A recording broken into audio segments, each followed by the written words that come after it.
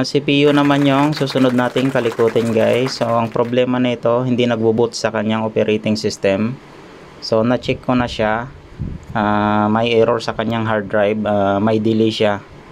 So shoutout natin si Sir Philip Ngaledes. So siya yung may-ari nito. Tapos may pinadala sa atin na SSD na 128 gig. So ito na lang daw yung gagawin nating operating system niya. Tapos iba-backup natin yung mga files niya mga kalikot. So welcome sa ating channel mga kalikot. Huwag niyo pong kalimutang i-subscribe ang aking channel at papalo na rin sa kanyang Facebook page. At saka huwag niyo rin pong kalimutang i-subscribe yung isa ko pang channel, yung Biyahirong Probinsyano Vlog, at papalo na rin sa kanyang Facebook page. So tara simulan na natin siya mga kalikot.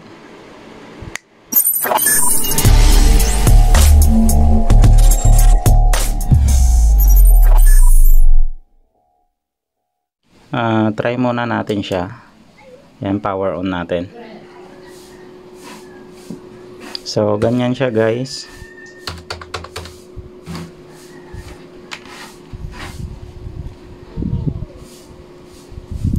So ayan, corrupted yung kanyang OS. Tapos magre-restart na lang siya. So ayan, paulit-ulit lang yan.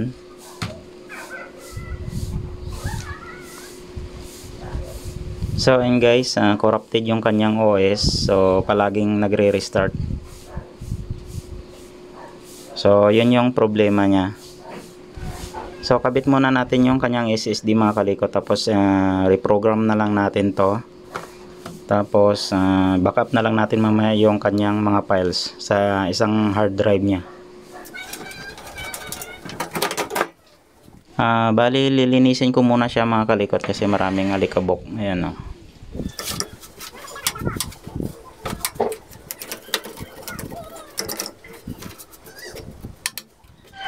Lilinisin ko muna yung CPU niya mga kalikot. Tapos yung kanyang RAM or memory. Para isa na lang. Para ma-refresh siya. Baka natuyuan na rin ng thermal paste. Yan.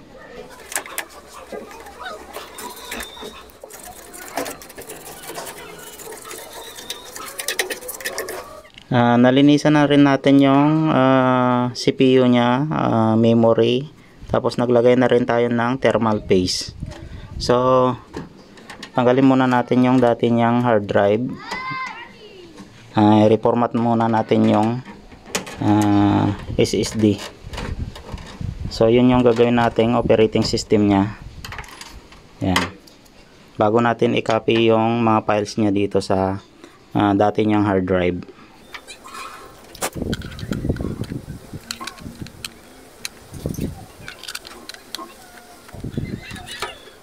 Yan, power na natin. So format muna natin siya sa Windows 10.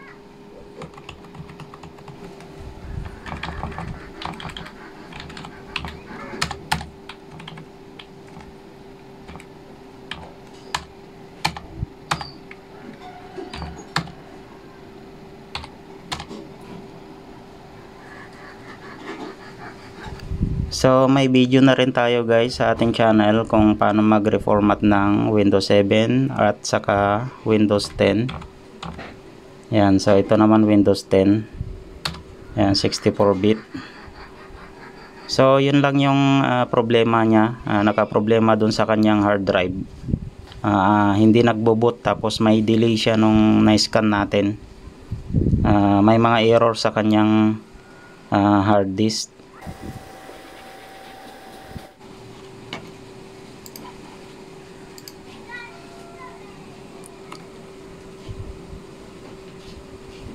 Kaya i-reformat natin siya dun sa SSD na pinadala sa atin. Mas mabilis kasi yun pag SSD kaysa dun sa hard disk.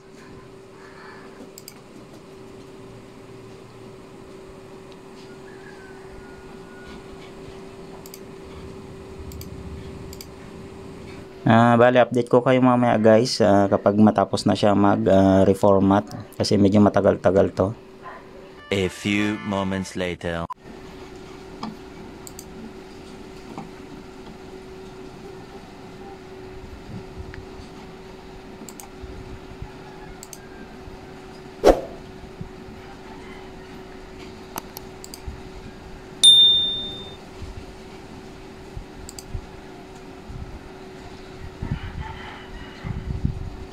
Yan, mabilis lang talaga pag nag-reformat ng SSD kaysa sa HDD or hard disk.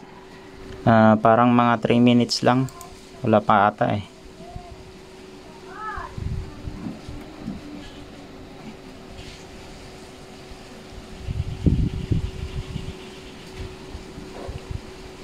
So, antayin lang natin mag-restart guys, tapos tapos na siya mag-reformat.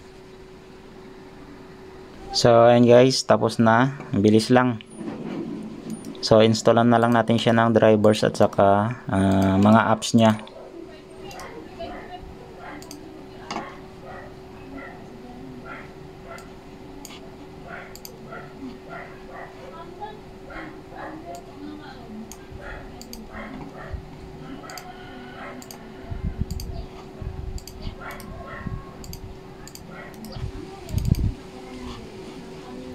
So, palabasin muna natin yung isang drive niya sa disk management.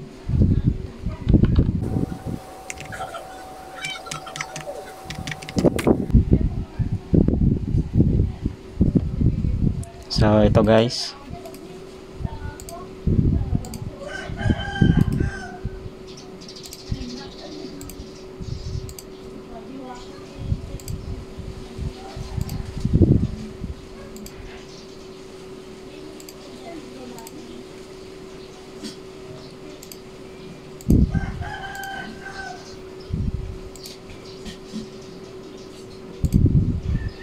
So, nandito na siya. I-format natin.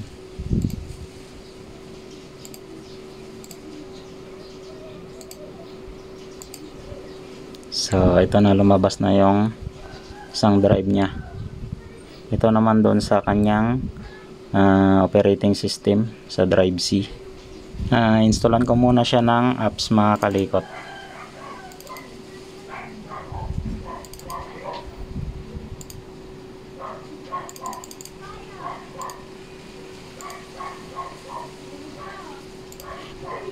So yun guys, natapos na natin siyang na-reformat, nalagyan na rin natin ng drivers, yung kanyang motherboard, at saka nalagyan na rin natin siya ng apps. So ang gagawin na lang natin guys, i-backup na natin yung mga files niya. Isalpak na natin yung dati niyang hard drive. So off muna natin.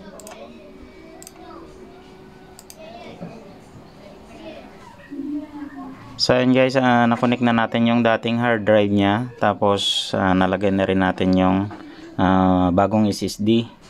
So power on na natin siya.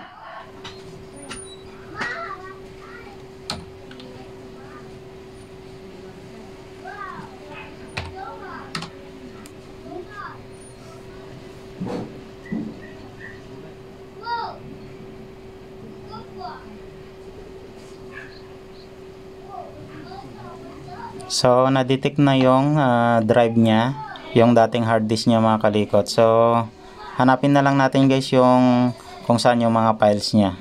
A few moments later. Natapos na natin lahat mga kalikot. Ang ginawa natin dito guys, pinormat natin yung kanyang SSD.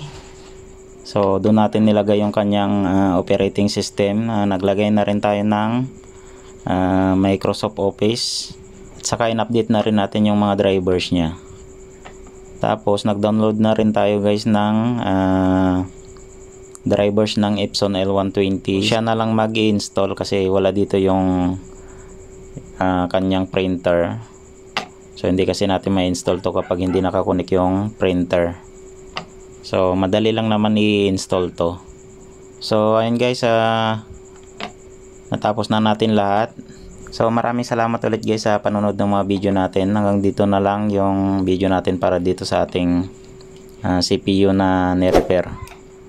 Huwag nyo pong kalimutang i-subscribe ang ating channel at papalo na rin sa ating Facebook page. So maraming salamat ulit. Ingat kayong lahat and God bless sa ating lahat mga kalikot. Bye bye.